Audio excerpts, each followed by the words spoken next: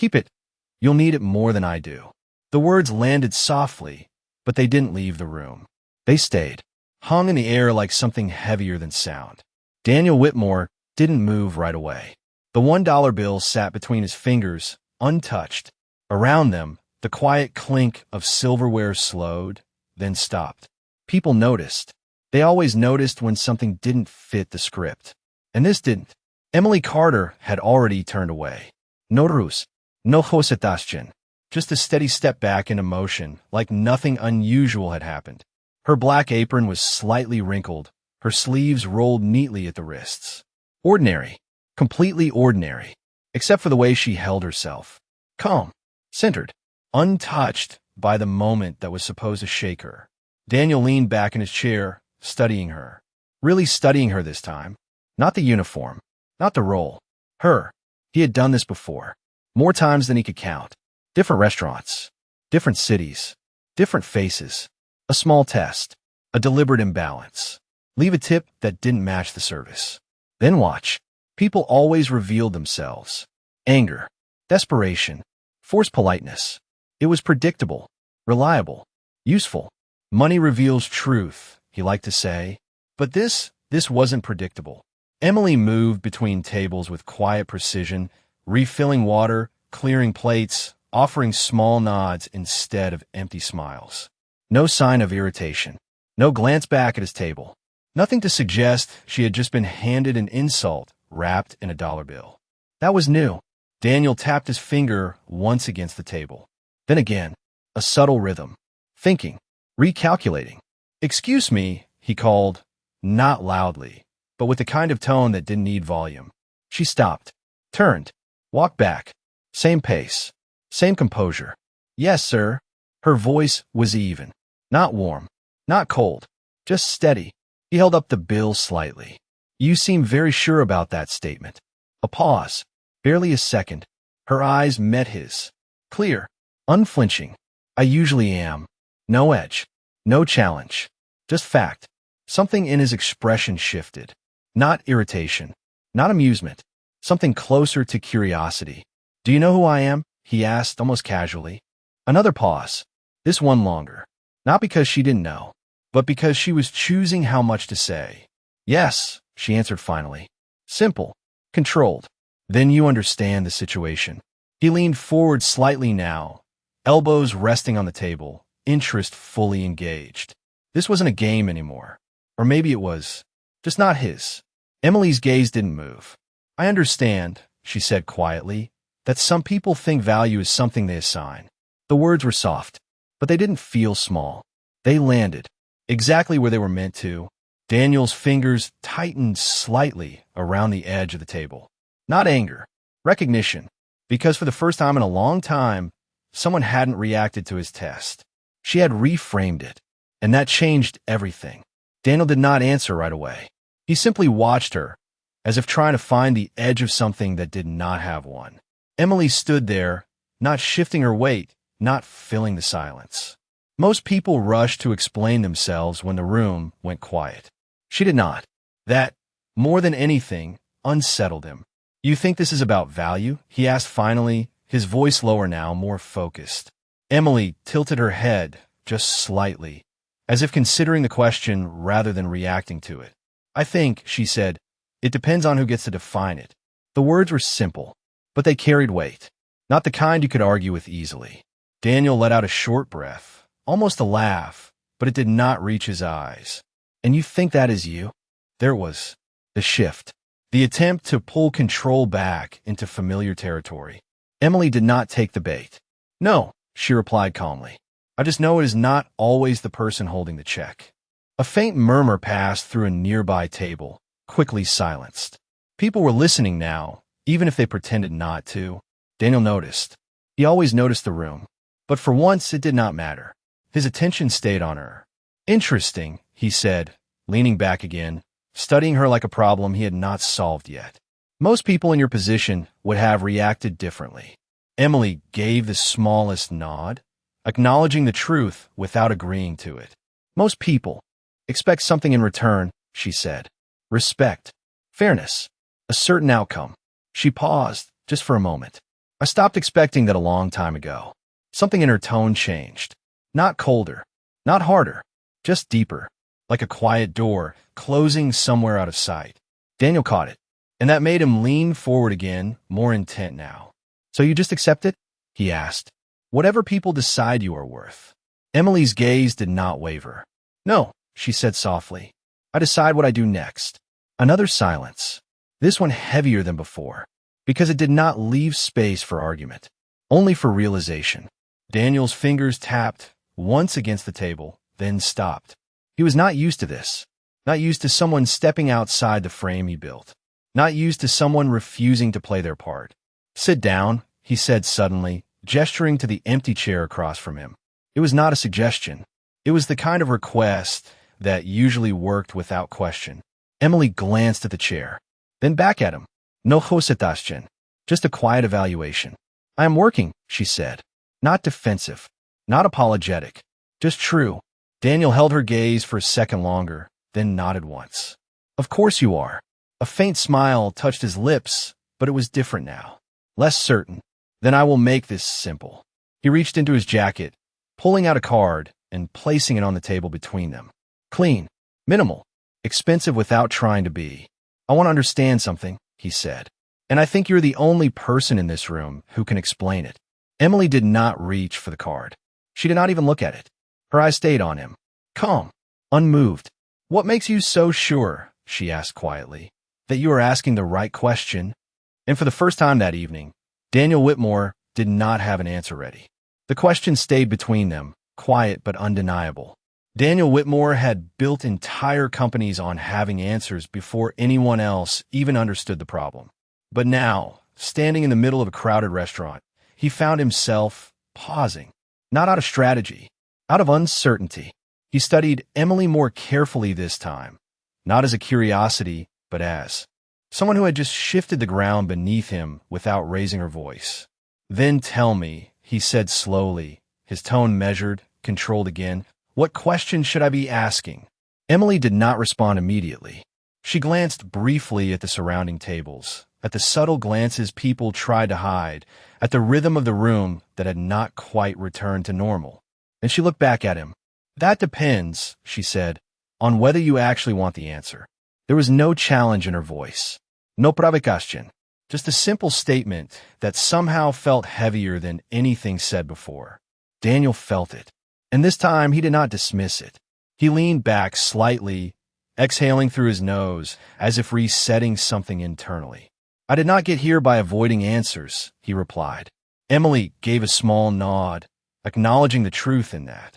No, she said, you got here by controlling them. That landed differently. Not like an accusation, more like a correction. Precise.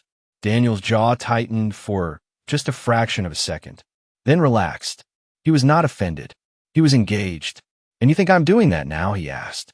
Emily's eyes softened, but not in sympathy. In clarity. I think, she said, you created a situation where you already decided what the outcome meant. She gestured lightly toward the table, toward the bill, toward the dollar that still sat there, untouched. You gave less, expecting more. Silence again. But this time, it did not belong to her. It belonged to him. Daniel looked at the bill, then at the card he had placed down earlier, then back at her. For the first time that evening, the pieces did not align the way he expected. So what should it mean? He asked quietly. Emily did not hesitate now. Nothing, she said. The word was soft, almost gentle, but it stopped him completely. Not everything is a signal, she continued. Not everything is a test. Sometimes it is just a moment. She paused, letting that settle. What matters is what you choose to do with it after. Daniel's fingers curled slightly against the edge of the table. Not from tension, from thought, real thought, the kind that did not lead to immediate conclusions. The kind had not felt in a long time. Around them, the restaurant slowly resumed its motion. Conversations picked back up. Glasses clinked again, but the space between them remained still. Focused. You are different, he said finally, more to himself than to her. Emily gave a faint, almost amused exhale. No, she replied. I just do not need this moment to define me. Another shift. Subtle, but undeniable. Daniel looked at her, as if seeing something for the first time that had been there all along. Not her job, not her situation, her choice. And suddenly, the $1 on the table felt smaller than it had a few minutes ago. Much smaller. He reached for it slowly, turning it between his fingers, then set it back down. Not as a test this time. Not as a statement. Just placing it there. Stay, he said, quieter now. Not a command. Not even an expectation. Just a request, stripped of everything else. Emily looked at him, then at the table, then back at him again. And for the first time, she did not answer right away. The silence stretched just a second too long for most people. But not for her. Emily finally moved, not toward the chair, but slightly to the side, shifting her weight as if adjusting her place in the moment rather than accepting it. I have other tables, she said quietly. Not an excuse, not a refusal, just the truth again. Daniel nodded once, slower this time, as if he understood that pushing would only break whatever this was. Of course, he replied. And for the first time, there was no edge in his voice. No expectation behind the words. Just acknowledgement. Emily turned to leave, but something in the way he sat there stopped her. Not power, not status, something else. A stillness that had not been there before. She paused, just briefly, then looked back. If you want an answer, she said, start by asking something you do not already believe you understand. Daniel's eyes lifted to meet hers again. That sentence did not feel like advice. It felt like a line he had crossed without realizing it. And what if I do not know where to start? He asked. This time, there was no calculation behind the question, just a quiet honesty that would have been unthinkable an hour ago. Emily studied him for a moment, as if weighing whether the question was real. Then she nodded once. Then you're closer than you think. She walked away before he could respond. No dramatic exit. No lingering glance. Just a return to motion, to the rhythm of trays and glasses and quiet conversations. But the space she left behind did not return to what it was. Daniel sat there, unmoving, his gaze drifting down to the card still resting on the table. Untouched, he picked it up slowly, turning it between his fingers. His name, his number, a symbol of access, of control. Usually, it opened doors before he even knocked. Tonight, it felt unnecessary. He placed it back down, then looked at the dollar again. For a moment, it almost seemed ridiculous. Such a small thing, such a simple act. And yet, it had shifted something he could not quite define. He leaned back, exhaling slowly, his eyes scanning the room without really seeing it. People moved, laughed, continued their evenings, unaware that something fundamental had just changed at table 12. Or maybe they were aware. Maybe they just did not understand it. Daniel reached for his phone, then stopped halfway. His reflection caught faintly in the dark screen. Composed, controlled, familiar. But something in his expression was different, less certain. He lowered the phone back onto the table. For once, there was nothing he needed to check. No message that mattered more than the question now sitting in his mind. Across the room, Emily refilled a glass of water, her movements as steady as before. No sign that anything had shifted for her. No indication that she had just altered the direction of someone else's thinking. She did not look back. She did not need to. Daniel watched her for a moment longer, then leaned forward slightly, resting his hands together. Thinking, not about her reaction, not about the dollar, but about the space between intention and meaning. About the way a moment could exist without belonging to anyone. And for the first time in a long time, he was not trying to control what came next. He was waiting to understand it. The minutes passed, but they did not feel the same anymore. Time had shifted into something quieter, slower, as if the air itself had decided to pay attention. Daniel remained seated, his posture relaxed, but his mind anything but. He was not used to staying in one place this long without a purpose, without a goal. Yet here he was, watching a moment unfold without trying to shape it. Across the room, Emily continued her work, table by table, order by order. No hesitation, no distraction. If she felt the weight of what had just happened, she did not show it. And that was what unsettled him the most. Not her words, not her calm, but the absence of any need to follow up. Most people would have circled back, checked the reaction, measured the impact. She did not. It was as if the moment had already done what it needed to do. Daniel leaned forward slightly, resting his forearms on the table, his eyes narrowing just enough to focus. There was something he had missed, something subtle. He could feel it. The way her answers never reacted, only redirected. The way she did not defend herself, but also did not explain. It was not avoidance. It was control of a different kind. Not over others. Over herself. He exhaled slowly, then reached for the glass of water in front of him, taking a measured sip. Even that felt different. Intentional. Present. When had the last time been that he noticed something as simple as water? The thought almost made him smile. Almost. A shadow moved near his table. Emily again. Not because of him. Because of the empty plate he had not realized he finished. She cleared it with quiet efficiency, placing it on her tray with the same precision as before. No hesitation. No acknowledgement beyond what the moment required. But this time, Daniel spoke before she could step away. "Do you ever wonder," he said, his voice calm, almost reflective, "what would happen if you did take the card?" Emily paused. Not fully, just enough to register the question. She looked at the card, still resting near the edge of the table. Then back at him. "No," she said simply. Daniel raised an eyebrow, not in challenge, but in curiosity. "Never." Emily adjusted the tray slightly in her hand, balancing its weight with ease. "Wondering implies I am missing something," she replied. "I am not." The certainty in her voice was not loud, but it was absolute. Daniel felt it again. That same quiet shift, like a door closing on a path he had assumed was open. "You are certain of that?" he asked. Emily's expression did not change. "I am certain that whatever matters next will not come from that card." She nodded once toward it, then met his gaze again. From this table." There was no dismissal in her tone, no judgment, just clarity, and somehow that made it heavier. Daniel looked down at the card again. For years, it had represented opportunity, influence, access. Now it sat there small, limited. He picked it up slowly, then turned it over in his hand, as if seeing it for the first time. "You are turning down something most people would not even question," he said quietly. Emily gave the faintest hint of smile. Not amused, not proud, just knowing. Most people are not me. And with that, she stepped away again. No pause, no hesitation, just gone. But this time, Daniel did not call her back. He did not reach for control. He simply sat there, the card still in his hand, realizing that for the first time in a long time, he was not offering something valuable. He was offering something that did not matter. Daniel did not move for a long time after she left. The card remained in his hand, but it no longer felt like something he could use.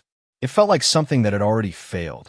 He set it down slowly, aligning it with the edge of the table as if order could restore meaning. It did not. Around him, the restaurant had fully returned to its rhythm, but the space at his table still felt separate, untouched by the noise. He glanced at the check again. $300 for the meal. $1 left behind. A deliberate imbalance. Something he had done without thinking. Something that had always worked before. But now it felt incomplete. Not because of her reaction. Because of his intention. He leaned back, folding his hands together, his gaze drifting across the room until it found her again. Emily was at another table, speaking quietly with a couple, her posture relaxed, her expression composed. There was no trace of what had happened earlier. No sign that she had just disrupted his way of seeing things. She did not carry it with her.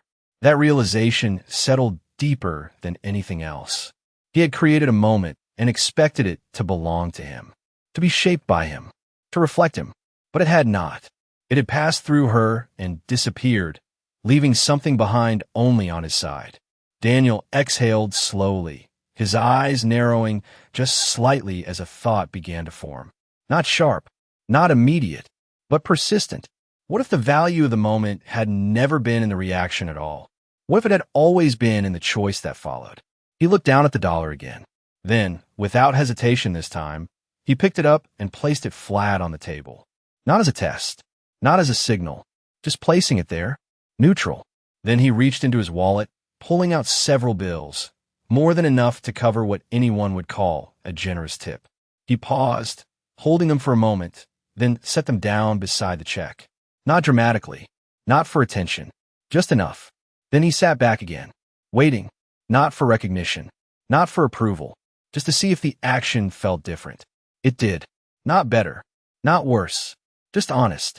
Emily returned a few minutes later, her tray balanced effortlessly in one hand. She approached the table without urgency, her attention on the task rather than the man sitting there.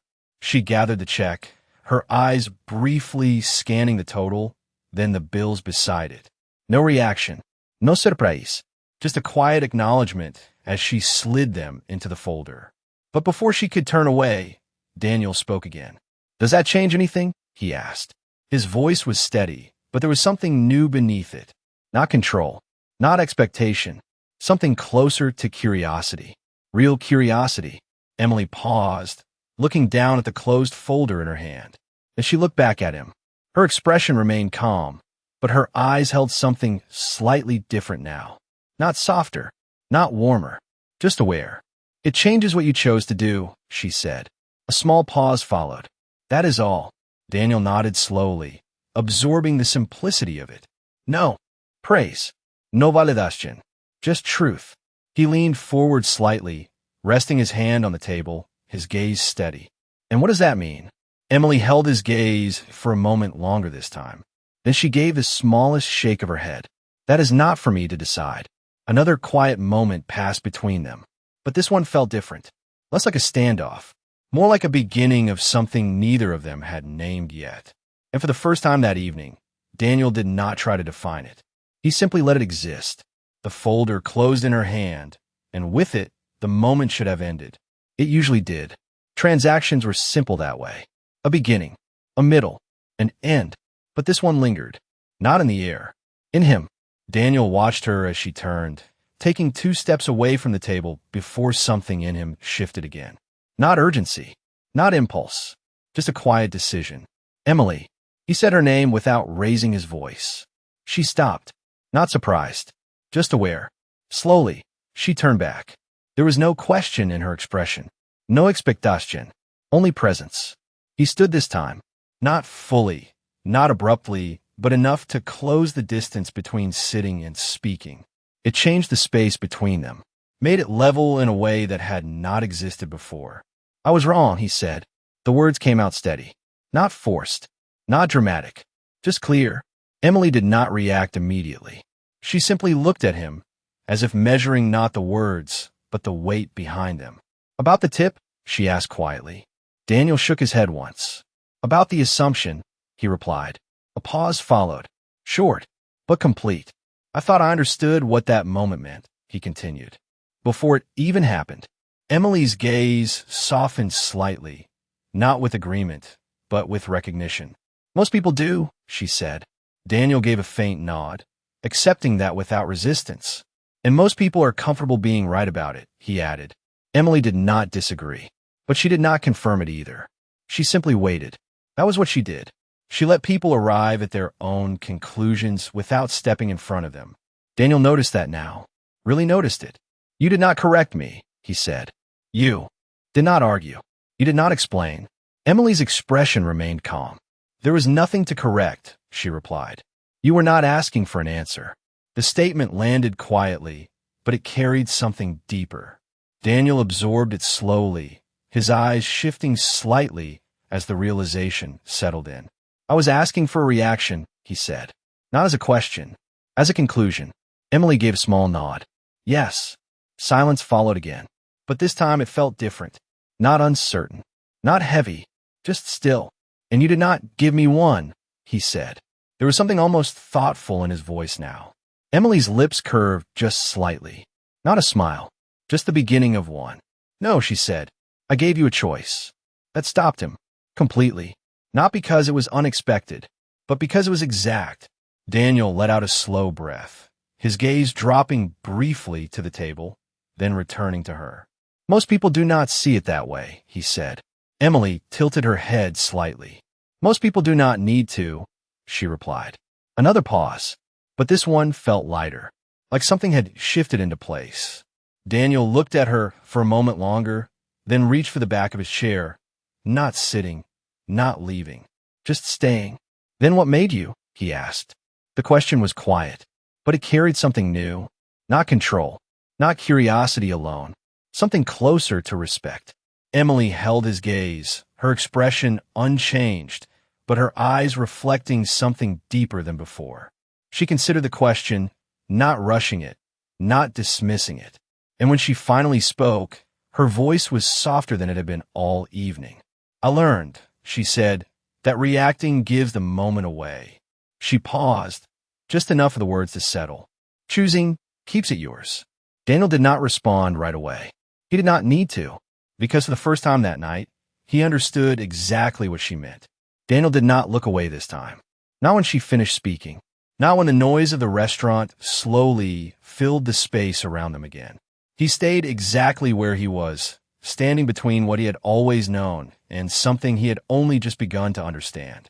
Keeping it yours, he repeated quietly, as if testing the weight of the phrase. It felt unfamiliar, not because it was complicated, because it was simple in a way he had never needed before. Emily did not respond. She did not need to. She had already said what mattered, and somehow that made the silence more complete, not less. Daniel glanced down at the table again, at the empty space where the bill had been, at the place where the dollar once sat like a statement. It no longer felt like one. It felt like a beginning. He let out a slow breath, then looked back at her. You knew, he said, not a question, a realization forming in real time. Emily's expression remained steady. I knew you were watching, she said, and I knew what you were waiting for. Daniel gave a faint nod, accepting it without resistance. A reaction, he said, something to confirm what I already believed. Emily's eyes held his for a moment longer. Yes. The word was quiet, but it carried no judgment, only clarity. Daniel shifted his weight slightly, his hand resting against the back of the chair, grounding himself in a way he had not needed before. And instead, he continued, you gave me nothing to confirm it. Emily tilted her head, just slightly. Not nothing, she said. Just not what you expected. That landed deeper than anything else. Because it was true, completely true. Daniel allowed a small, almost reluctant smile to touch his expression. Not amusement, recognition. You changed the meaning of the moment, he said. Emily shook her head gently. No, she replied. I just did not let you decide it for me. Another pause, but this one felt lighter, clearer, as if something had finally settled into place. Daniel looked at her, really looked this time, not searching for something hidden, not trying to categorize or define, just seeing. And what he saw was not mystery, not resistance. It was choice, simple, steady, unmoved by external pressure. That was what he had missed before, not her reaction, her independence from the need to have one. That is rare, he said quietly. Emily gave the smallest shrug. It is learned, she replied, not given. Daniel considered that, his gaze drifting for a brief moment before, returning to her. Then someone taught you well, he said. There was no flattery in the statement, only acknowledgement. Emily's expression shifted just slightly, not enough for most people to notice, but enough. No, she said softly. Someone tried to take it away. The words hung there, different from everything else she had said, not defensive, not emotional, just real. Daniel felt it immediately, the shift in tone, the depth behind it. And for once, he did not push. He did not ask for more. He simply accepted that there was a story there that did not belong to him. Not yet. Not maybe ever. He nodded once, slower this time. And you did not let them, he said. Emily held his gaze for a moment longer, then gave a small, quiet shake of her head. No, she replied. I chose not to. Silence followed. But this silence was not empty. It was full of understanding, of restraint, of something unspoken but clearly present between them. Daniel straightened slightly, his hand leaving the chair, his posture shifting into something less guarded, more open. I think, he said carefully, this is the part where I would usually make an offer. Emily's lips curved just slightly again, that same almost smile from before. I know, she said.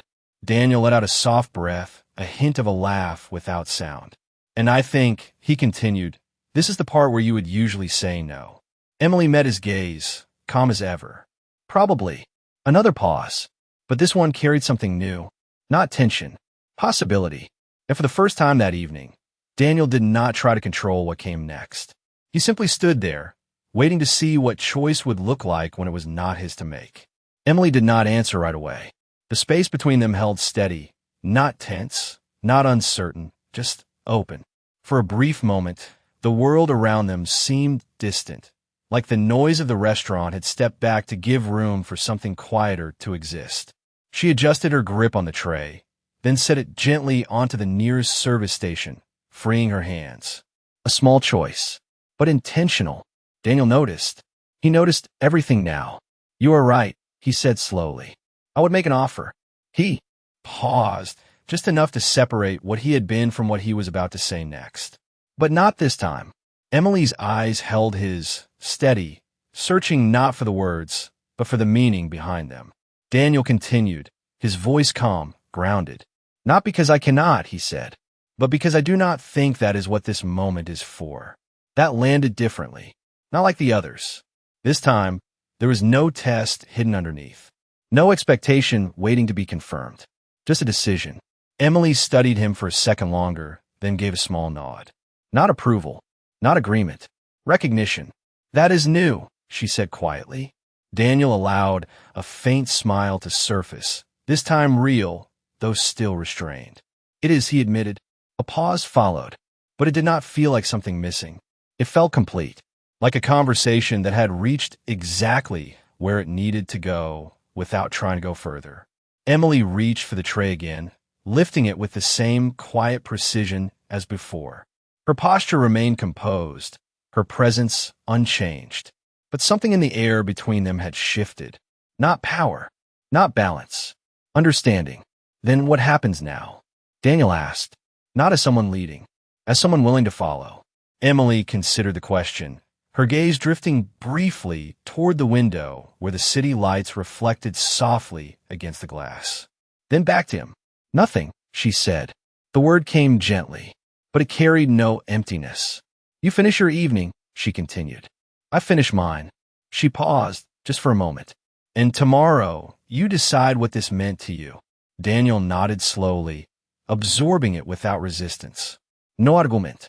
No need to reshape it into something more. Because for once, more was not necessary. He glanced around the restaurant, then back at her, his expression quieter now, more grounded than before. "And you?" he asked. Emily's lips curved into that same faint, knowing almost smile. "I already decided," she said. A beat of silence followed. Then she turned, not abruptly, not dramatically, just moving forward, back into the rhythm of her world, where trays balanced, conversations flowed, and moments passed without needing to be held on to.